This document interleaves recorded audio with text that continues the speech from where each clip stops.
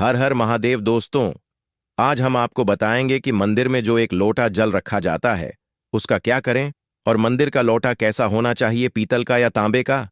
कुछ लोग यह गलतियां कर देते हैं और बाद में पछताते हैं। ऐसी गलती आप कभी मत करना, नहीं तो कंगाल हो जाओगे, बर्बाद हो जाओगे। मंदिर में एक लोटा जल ऐसे कभी मत रखना। साथ ही जानिए दीपक घर में कौन से पदार्थ का रखना चाहिए, तांबे का, लोहे का, पीतल का, कांसे या फिर स्टील का या माटी का। कुछ लोग अपने पूजा घर में गलत तरीके से दिए को रखते हैं और उनका घर बर्बाद हो जाता है। और जानिए दीपक की बाती कच्चे कलावे से बनाएं या रुई से, या फिर सूती हाथ में बांधने वाले कलावे से। कुछ लोग दीपक जलाते समय भयंकर गलती कर देते हैं, जिस कारण उन्हें पितृदोष, शनि दोष, काल सर्प दोष, मंगल दोष, भयंकर से भयंकर गरीबी का दोष भी लग जाता है। दोस्तों, कुछ लोग यहां पर ऐसे भी होंगे जो इस वीडियो को बीच में ही छोड़ देंगे। अगर इस वीडियो को आपको छोड़ना ही है तो अभी छोड़ देना, परंतु वीडियो को बीच में छोड़कर लक्ष्मी माता का अपमान मत करना। दोस्तों, बहुत समय से आप लोगों के प्रश्न आ रहे हैं कि मुख्य द्वार पर जल छिड़कने का सही समय क्या होता है और सही विधि क्या होती है। किस समय हमें जल छिड़कना चाहिए, और क्या मुख्य द्वार पर जल छिड़कने के लिए स्नान करना आवश्यक है, या बिना स्नान किए भी मुख्य द्वार पर जल का छिड़काव किया जा सकता है। झाड़ू लगाने से पहले या फिर झाड़ू लगाने के बाद जल को छिड़कना चाहिए। एक और प्रश्न आया है कि क्या पीरियड्स में हम अपने घर के मुख्य द्वार पर जल का छिड़काव कर सकते हैं, या मुख्य द्वार पर दीप दान कर सकते हैं। और जल्द से ही जुड़ा हुआ एक और प्रश्न है कि जब हम मुख्य द्वार पर जल चढ़ाते हैं तो घर के अंदर की तरफ से जल चढ़ाएं या घर के बाहर की तरफ से जल का छिड़काव करें। इसके बारे में कई लोग शंका में है। आज यह शंका भी दूर हो जाएगी।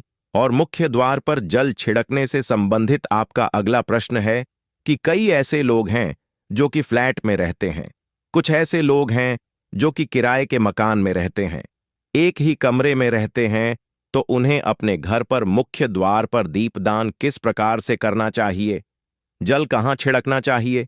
तो दोस्तों, आज की वीडियो पूरी तरह से आपके प्रश्नों पर ही आधारित है। तो दोस्तों, सबसे पहले जानते हैं कि घर के बाहर या घर के अंदर दिए जलाने के क्या क्या फायदे होते हैं। दोस्तों, घर के बाहर या घर के अंदर दीपक जलाने के फायदे जानकर आप चौंक जाएंगे। खासकर घर के बाहर दीपक जलाने से 5 वह फायदे जो आपको चौंकाने वाले हैं। दोस्तों, यह बात तो आप जानते हैं कि भगवान की पूजा के दौरान दीपक जरूर जलाया जाता है। हिंदू धर्म में पूजा करते वक्त लोग देसी घी या सरसों के तेल का दीपक जरूर जलाते हैं तथा तिल के तेल का दीपक भी जलाते हैं। हालांकि पूजा के लिए भगवान के सामने दीपक जलाना सिर्फ पूजा का एक तरीका ही नहीं है, बल्कि घर में दिया जलाना या घर के बाहर दिया जलाना कई तरह के फायदे मिलते हैं। दीपक जलाने से ना सिर्फ कई शक्तियां जागृत होती हैं, बल्कि यह 5 बड़े फायदे भी मिलते हैं। तो चलिए जानते हैं दोस्तों। नंबर 1, पृथ्वी से अंधकार दूर होता है। घर में दीपक जलाने से घर का अंधकार तो दूर होता ही है, साथ ही नकारात्मक ऊर्जा को भी कोसों दूर रखती है। यहां पर दीपक जलता है तो वहां पर सकारात्मक ऊर्जा का वास होता है। जाहिर सी बात है, जब घर में सकारात्मक ऊर्जा होगी तो भगवान का भी वास होगा। इसीलिए घर में शाम होने से पहले, रात होने से पहले दीपक अवश्य जलाया जाता है, ताकि घर में कोई गलत नकारात्मक ऊर्जा प्रवेश न कर पाए। दोस्तों, तेल से जले दीपक का प्रभाव उसके बुझने के आधे घंटे बाद तक वातावरण में बना रहता है, जबकि शुद्ध देसी घी का दीपक बुझने के बाद करीब 4 घंटे तक वह वर्ण को सकारात्मक रखता है। दोस्तों, नंबर 2, दीपक जलाना न सिर्फ धार्मिक नजरिए से फायदेमंद है, बल्कि वैज्ञानिक दृष्टिकोण से भी यह फायदा पहुंचाता है। जब घर में शुद्ध घी या सरसों के तेल से दीपक जलाया जाता है तो उसके धुएं से घर के माहौल में सात्विकता आती है और इससे आसपास के वातावरण में मौजूद हानिकारक कणों का विनाश होता है। दोस्तों, नंबर 3, घर में होता है सुख समृद्धि का वास।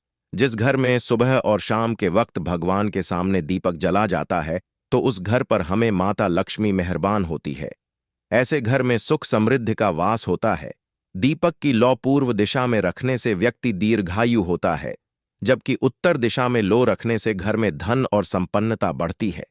दीपक ना सिर्फ हमारे घर के अंधकार को दूर करता है, बल्कि यह हमारे जीवन को भी अंधकार से प्रकाश की तरफ बढ़ाता है। दोस्तों, नंबर 4, बीमारियों को दूर भगाने में मददगार। घर में दिया जलाने से बीमारियां घर के आसपास भी नहीं भटकती। घर के सभी परिवार सदस्यों को हर बीमारी से बचाव मिलता है। खासकर दीपक के साथ एक लौंग जलाने से इसका असर दुगना हो जाता है, जिसमें चर्म रोग दूर करने के सारे गुण मौजूद होते हैं। इसलिए घी का दिया जलाना सेहत के लिहाज से काफी फायदेमंद है। दोस्तों, बात करते हैं नंबर 5 की शक्तियां होती हैं। आकर्षित सनातन धर्म के अनुसार जिस घर में सुबह शाम दीपक जलाया जाता है तो वहां कभी अंधकार नहीं होता। उस घर में सुख समृद्धि का वास होता है। इतना ही नहीं, जलता हुआ दिया शुभ शक्तियों को चुंबक की तरह आपके घर की ओर खींचता है, जो कि आपके लिए बहुत ही शुभ माना जाता है। तो दोस्तों, अब जानते हैं कि मुख्य द्वार पर जल छिड़कने का सही समय क्या होता है और सही विधि क्या होती है। देखिए, अगर आप मुख्य द्वार पर जल चढ़ाते हैं तो आपको ध्यान रखना है कि जल आप एक दिन पहले ही, मतलब रात को सोने से पहले, एक पात्र में कोई भी आप पात्र ले सकते हैं। जैसे कि आप तांबे का पात्र ले सकते हैं। तांबे का ना हो तो आप पीतल का ले सकते हैं, स्टील का ले सकते हैं, चांदी का ले सकते हैं। जो भी पात्र आपके पास उपलब्ध हो, आप उसे ले सकते हैं। एक लोटे में थोड़ा सा गंगा जल डाल दीजिए और उसके ऊपर शुद्ध जल भर दीजिए। और हां, गंगा जल ना हो तो परेशान होने की आवश्यकता नहीं है। सिर्फ शुद्ध जल से भी आप पात्र को भर सकते हैं और उस जल से भरे पात्र को अपने घर की रसोई में रख दीजिए। अब जैसे कि आप अगले दिन सुबह उठकर जल का छिड़काव अपने घर के मुख्य द्वार पर करेंगे। देखिए, मुख्य द्वार पर जो सुबह सबसे पहले जल छिड़का जाता है, वह हर प्रकार की समस्याओं को घर से दूर करने के लिए छिड़का जाता है।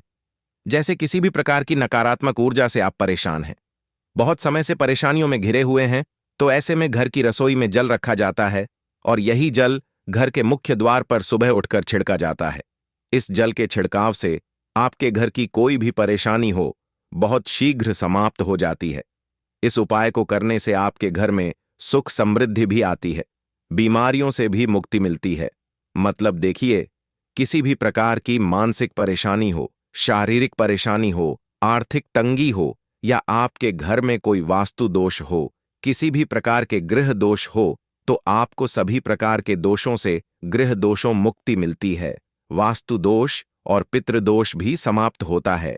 इसके साथ ही जैसे कि बहुत से लोगों के प्रश्न होते हैं कि उनके ऊपर किसी ने कुछ कर करा दिया है।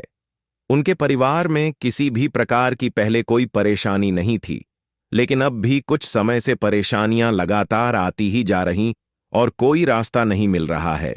परेशानी से निकालने का तो किसी के भी के कराए तंत्र मंत्र का प्रभाव हो, किसी की बुरी नजर का प्रभाव हो, तो भी आपके इस उपाय से, मतलब इस एक लोटा जल से, आपकी परेशानी कुछ ही दिनों में समाप्त हो जाती है।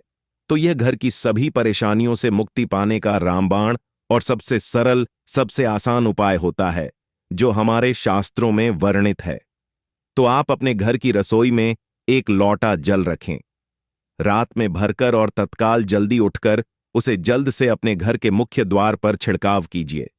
अब जैसे कि बहुत से लोगों के प्रश्न आते हैं कि यह जल हमें किस समय अपने घर के मुख्य द्वार पर छिड़कना चाहिए, तो देखिए, सुबह सूर्योदय होने से पहले इस जल का छिड़काव आपके घर के मुख्य द्वार पर हो जाना चाहिए। आप चाहे इसके बाद आप शुद्ध जल से, मतलब किसी भी दूसरे जल से अपने घर के मुख्य द्वार को धोते हैं तो कोई समस्या नहीं है, लेकिन इस जल का छिड़काव घर के मुख्य द्वार पर सूर्योदय होने से पहले हो जाना चाहिए। अब दोस्तों, आपका अगला प्रश्न है कि क्या हमें स्नान करके इस जल का छिड़काव अपने घर के मुख्य द्वार पर करना चाहिए या फिर बिना स्नान किए भी कर सकते हैं। देखिए, ये जो हम जल चढ़ाते हैं, मतलब यह एक उपाय होता है, तो इसे हम स्नान करने के बाद नहीं करते हैं। सुबह जल्दी उठते हैं और उठकर सबसे पहले घर की रसोई में जाएंगे। उसके बाद उस जल को लेकर आप घर के मुख्य द्वार पर जाएंगे। मुख्य द्वार खोलकर मेन गेट खोल दीजिए और उसके बाद मुख्य द्वार पर इसी जल का छिड़काव कर दीजिए। और जल का छिड़काव करते समय अपने पितरों का ध्यान कीजिए, मां लक्ष्मी का ध्यान कीजिए, क्योंकि कहा जाता है कि सुबह सुबह मां लक्ष्मी प्रत्येक द्वार पर आती है, सबके द्वार पर आती है। जिनके भी द्वार खुले होते हैं, जिनके घर में जल का छिड़काव मुख्य द्वार पर हुआ रहता है, उसके घर में प्रवेश कर जाती है। तो आप माता लक्ष्मी का अपने मन में ध्यान कीजिए और एक तरह से प्रार्थना कीजिए, हे मां लक्ष्मी, आप मेरे घर में प्रवेश करें, आपका स्वागत करने के लिए मैं तैयार हूं। और उसके बाद अपने पितरों का ध्यान कीजिए, क्योंकि जो हमारे घर की दहलीज होती है वहीं पर पितरों का वास माना जाता है। तो जब आप दहलीज पर जल के छींटे देते हैं तो आपके पितर बहुत प्रसन्न हो जाते हैं और उनका आशीर्वाद भी आपको प्राप्त होता है। तो सुबह जो आप जल छिड़क हैं, इसके लिए स्नान करने की आवश्यकता नहीं है, बिना स्नान किए भी कर सकते। दोस्तों, वीडियो में आगे बढ़ने से पहले आपसे छोटा सा निवेदन है कि कमेंट बॉक्स में जय मां लक्ष्मी अवश्य लिखें। साथ ही हमारे चैनल को सब्सक्राइब करके बेल आइकॉन को भी क्लिक कर लें। तो दोस्तों, आपका अगला प्रश्न था कि मुख्य द्वार पर जल का छिड़काव सुबह झाड़ू लगा के बाद करना है या फिर झाड़ू लगाने से पहले भी जल का छिड़काव कर सकते हैं। तो देखिए, जैसे मैंने आपको पहले ही बताया था कि उठने के बाद सबसे पहला कार्य जो आपको करना है वह जल का छिड़काव ही करना है। उसके बाद आप झाड़ू लगा सकते हैं। लेकिन एक चीज का ध्यान रखिए, जब हम सोकर उठते हैं तो सबसे पहले बिस्तर पर बैठे हुए ही अपने दोनों हथेलियों को एक साथ देखना चाहिए और हथेलियों को देखते हुए मां लक्ष्मी का ध्यान करना चाहिए। कर ग्रवस्थे लक्ष्मी कर मध्य सरस्वती कर मूल्य, तू ब्रह्मा प्रभाते कर दर्शन। दोस्तों, इस मंत्र का उच्चारण आप चाहे तो कर सकते हैं, नहीं करते हैं तो भी कोई बात नहीं। उसके बाद दोनों हाथ जोड़कर सभी देवी देवताओं को प्रणाम किया जाता है और उसके बाद अपने हाथ से पृथ्वी का स्पर्श करते हैं, धरती को छूकर प्रणाम करते हैं 2 बार या 3 बार, और उसके बाद अपना दाहिना पांव पृथ्वी पर रखते हैं। उसके बाद ही बाकी के जो सभी का कार्य होंगे वह उसके बाद ही किए जाएंगे। जल का छिड़काव आप उसके बाद ही करेंगे, मतलब सुबह उठने के बाद सबसे पहले हथेलियों के दर्शन, फिर धरती को प्रणाम कीजिए, फिर धरती पर पैर रखें और उसके बाद रसोई में जाकर आपको जल लेना है और घर का मुख्य द्वार खोलकर मुख्य द्वार पर जल का छिड़काव करना है, मां लक्ष्मी का और अपने पितरों का ध्यान करना है। उसके बाद आप अपने घर में आ जाएंगे और उसके बाद जो भी आपकी रूटीन वर्क होते हैं, मतलब झाड़ू लगाएंगे या फिर आप स्नान करेंगे, ये सभी कार्य उसके बाद किए जाएंगे। और अब जय से कि कई लोगों के प्रश्न आते हैं कि जब हम जल का छिड़काव करते हैं तो या उसी समय घर के मुख्य द्वार पर झाड़ू लगाकर और पानी डालकर क्या मुख्य द्वार की अच्छे से सफाई कर सकते हैं? जी हां, बिल्कुल कर सकते हैं। पहले आप जो रसोई में रखा हुआ जल है उस जल का छिड़काव कर दीजिए। उसके बाद और भी पानी डालकर, मतलब अगर आपके पास जल और उपलब्ध है तो और जल लेकर और घर के मुख्य द्वार की अच्छी तरह से झाड़ू से या कैसे भी सफाई कर सकते हैं। और कई लोगों के प्रश्न आए हैं कि हम किसी फ्लैट में रहते हैं या फिर किसी ऐसे कमरे में रहते हैं, किराए के कमरे में हमारे पास एक ही कमरा है, तो हम जल का छिड़काव या फिर दीपदान कहां पर करें, किसे हम अपना मुख्य द्वार माने? देखिए, जो आपका अपना कमरा है या फिर जो फ्लैट है जहां पर आपका नेम प्लेट लगा हुआ है, आप उसी स्थान पर दीपदान करेंगे और उसी स्थान पर आपको जल का छिड़काव करना है।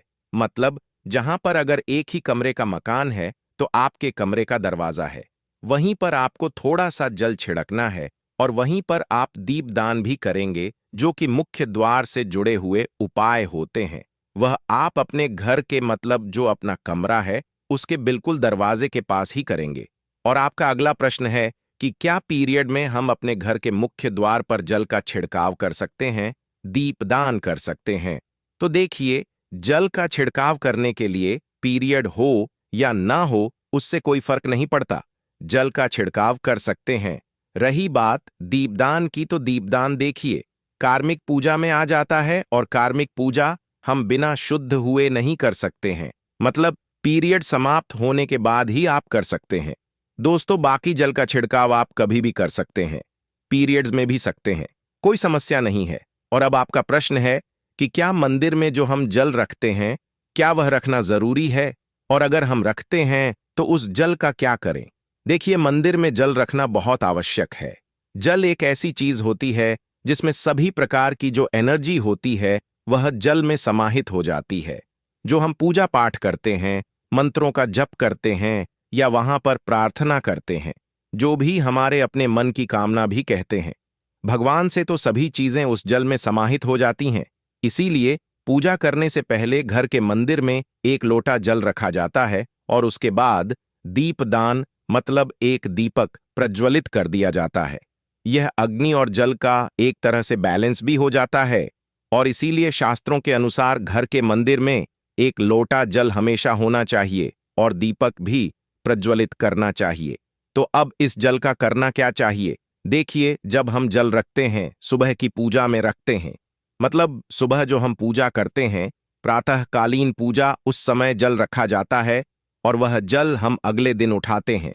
मतलब जब आप अगले दिन पूजा करने जाते हैं तो सबसे पहले तो उस जल का प्रयोग सुन लीजिए। आप अपने घर के सारे कमरों में, मतलब पूरे घर में उस जल का छिड़काव करते हैं तो इससे आपके घर शुद्ध हो जाता है, क्योंकि वह बहुत ही पॉजिटिव एनर्जी से भरा हुआ जल होता है। इससे कई बीमारी भी दूर हो जाती है। उस जल का छिड़काव करने से किसी भी प्रकार की नकारात्मक ऊर्जा का प्रवेश आपके घर में नहीं होता। किसी भी प्रकार की परेशानी आपके घर में हो, अगर आप नियमित तौर पर उस जल का छिड़काव करें, अपने घर में, तो निश्चित ही आप परेशानियों से मुक्ति पा जाते हैं। कई बार होता है ना कि आप लोगों के प्रश्न आते हैं कि दवाई तो हम कर रहे हैं, लेकिन दवाई हमें लगता ही नहीं है, दवाई का कोई प्रभाव ही देखने को नहीं मिलता। तो ऐसे में अगर दवाई के साथ साथ उस जल को पीने के लिए रोगी को दिया जाए, यानी मेडिसिन इसी पानी से अगर खाई जाए, तो बहुत अच्छी दवाइयां काम करने लग जाती है। और जैसे कि परिवार में अगर बहुत अधिक क्लेश रहता है, हमेशा आपस में हर बात पर मतभेद होता है, तो परिवार के सभी सदस्य इस जल में से अगर थोड़ा थोड़ा पीते हैं तो धीरे धीरे विचारों में परिवर्तन आने लग जाता है। सकारात्मक विचार सभी के होने लग जाते हैं और आपस में समन्वय होने लग जाता है। घर से कलह, क्लेश और मतभेद हमेशा के लिए समाप्त हो जाते हैं। और मंदिर में रखे हुए जल का अगला उपाय क्या है? देखिए, अगर आप कोई दुकान करते, कोई व्यापारिक स्थल है आपका, तो प्रतिदिन इसी जल में से थोड़ा सा जल ले जाकर दुकान पर, व्यापारिक स्थल पर छिड़काव कीजिए। इससे आपका दुकान, आपका काम बहुत अच्छा चलता है। मतलब किसी भी प्रकार की परेशानी आपके व्यापारिक स्थल पर नहीं आती है, क्योंकि जैसा मैंने आपको बताया, ये जो जल होता है बहुत पावरफुल होता है, बहुत पॉजिटिव होता है। मंदिर में रखा एक लौटा जल पावरफुल और पॉजिटिव से भरा क्यों होता है? क्यों? इसमें सकारात्मक ऊर्जा का भंडार होता है। आइए जानते हैं। देखिए, जल जो होता है, अमृत हुआ, मीठे मीठे फल हुए, भोजन हुआ, अनाज हुआ, उससे भी बढ़कर माना जाता है। देवी देवता आपके दिए हुए इसी जल को ग्रहण करते हैं। मंदिर में एक लोटा जल रखना उतना ही जरूरी है जितना आप सुबह, दोपहर, शाम का भोजन करते हैं। जब हम भगवान की पूजा करते हैं और तांबे के पात्र में या पीतल के पात्र में एक लोटा जल जरूर रखते हैं। जल जो होता है सागर रूपी होता है और यही सागर आपकी नया पार लगता है। मंदिर में एक लोटा जल रखने का कारण एक और यह होता है कि जो लोग भगवान को रोजाना भोजन नहीं करा सकते, तो वह मंदिर में एक लोटा जल रखते हैं ताकि भगवान इसे ग्रहण करें और यह रूपी प्रसाद इसके अगले दिन या सुबह के समय आप प्रसाद समझकर ग्रहण करें। लेकिन याद रहे, मंदिर में रखा लौटा जल कभी भी तुलसी में अर्पित नहीं करना चाहिए उसके, क्योंकि यह जल सभी देवी देवता ग्रहण करते हैं, तो इसीलिए तुलसी में डालना वर्जित है। लेकिन हाँ, अगर आपके घर में लड्डू गोपाल है, राधा कृष्ण है और आप एक लौटा जल उनके लिए अर्पित करते हैं, तो आप अगले दिन यानी सुबह के समय वह जल तुलसी में चढ़ा सकते हैं। मंदिर में जो एक लौटा जल रखा होता है, उसके अगले दिन यानी सुबह के समय आप इस जल से अपनी आंखें जरूर धोया करें। इससे आंखों में रोशनी बढ़ती है और आंखों में जितनी भी बीमारी आ जाती है वह दूर होती है। शास्त्रों के अनुसार जो लोग मंदिर में एक लौटा जल भरकर नहीं रखते, तो उनके घर में अकाल पड़ जाता है, घर कंगाल हो जाता है, बर्बाद हो जाता है, परिवार में मुसीबतें आज आ जाती हैं और गरीबी का आगमन हो जाता है। आप चाहे तो एक लौटा जल में पुष्प आदि डालकर रख सकते हैं, बहुत ही शुभ माना जाता है। मंदिर में जो जल रखा जाता है उससे हम और क्या क्या कर सकते हैं, आइए जानते हैं। तो इस जल का छिड़काव करने से बहुत सारी परेशानियां खत्म हो जाती हैं। जैसे अगर आपके दुकान पर किसी की नजर लगी है। बहुत से लोगों के प्रश्न आते हैं कि हमारे काम को किसी ने बांध दिया है। मतलब किसी की बुरी नजर ऐसी लग गई है कि पहले तो दुकान बहुत अच्छी चलती थी, अब नहीं चल रही है। तो आप इस उपाय को कर सकते हैं। निश्चित ही बहुत जल्द ही आपको परेशानियों से मुक्ति मिल जाती है और दिन दुगनी रात चौगुनी आपके व्यापार में तरक्की होती है। और हां, मंदिर में रखे हुए जल को आप अपने घर की रसोई में खाना बनाने में, पीने में भी प्रयोग कर सकते हैं। लेकिन खाना बनाने में प्रयोग तभी कीजिए जबकि आपके घर में बिल्कुल सात्विक भोजन बनता हो। मतलब लहसुन प्याज अगर आपके घर में बनता हो तो खाना बनाने में इस जल का प्रयोग नहीं किया जा सकता है। फिर आप इस जल को थोड़ा थोड़ा परिवार के सदस्य मिलकर ग्रहण कर सकते हैं और बचे हुए जल को आप अपने घर में पौधों में डाल सकते हैं।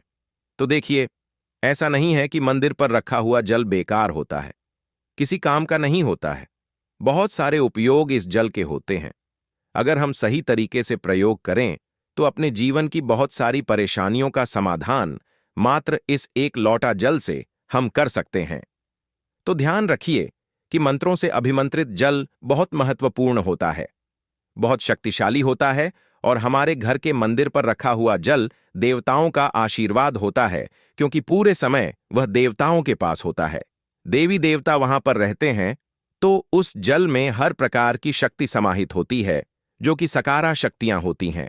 और इस जल का प्रयोग अगर हम सही तरीके से करते हैं, मतलब उसको पीने में करते हैं, खाना बनाने में करते हैं, घर में जल का छिड़काव करने में करते हैं, तो इससे हमारी समस्याओं का समाधान होता है। और अगर कोई भी कार्य नियमित तौर पर मतलब प्रतिदिन किया जाता है तो उसका हमें लाभ प्राप्त होता है। कभी कभी करेंगे तो निश्चित ही आपको उतना लाभ दिखाई नहीं देगा। लेकिन अगर आप नियम बना लेंगे कि हर रोज उसी जल्द से घर में छिड़काव करना है, घर में प्रत्येक व्यक्ति को थोड़ा थोड़ा पीने के लिए देना है, बचे हुए जल को पौधों में डाल दीजिए, दुकान पर छिड़क दीजिए, अपने घर के व्यापारिक स्थल पर छिड़काव कीजिए, बच्चों की बुक्स शीश में, अपने घर की तिजोरी में, हर जगह इस जल का छिड़काव कीजिए और नियमित तौर पर कीजिए। चमत्कार आपको निश्चित ही देखने को मिलेगा।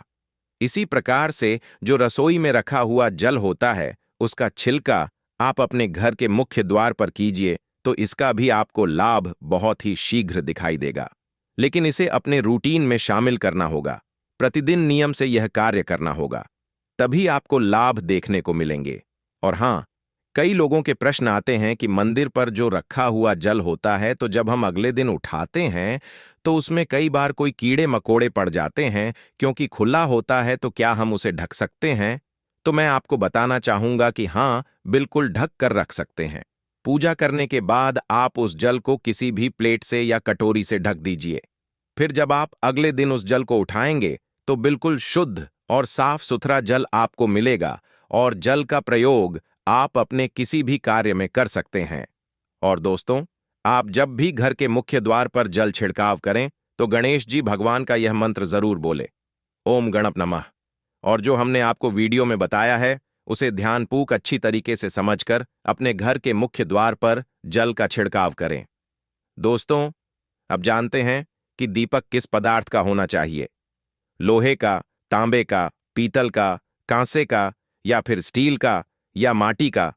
आखिर घर में कौन सा दीपक रखना शुभ माना जाता है? अगर गलती से भी घर में गलत पदार्थ का दीपक रख लिया है तो पूरा घर अस्त व्यस्त हो जाएगा, कंगाल हो जाएगा, बर्बाद हो जाएगा। दोस्तों, देखिए, स्टील के दीपक में पूजा करना घर में क्षणिकों को कुपित करता है।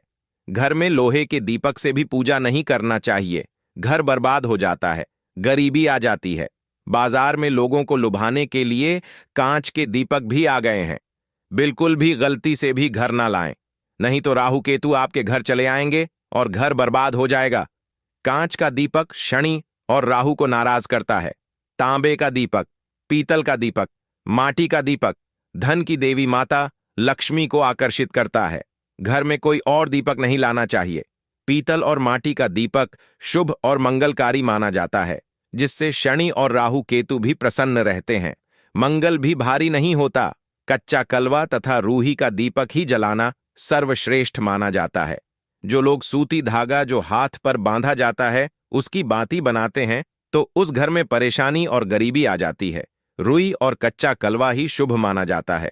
दोस्तों, अब जानते हैं मंदिर में घंटी क्यों बजाई जाती है, घंटा क्यों बजाया जाता है, ताली क्यों बजाई जाती है। मंदिर के अंदर कारण क्या है, शंकर के मंदिर में घंटी क्यों बजाई जाती है, ताली को बजाना क्यों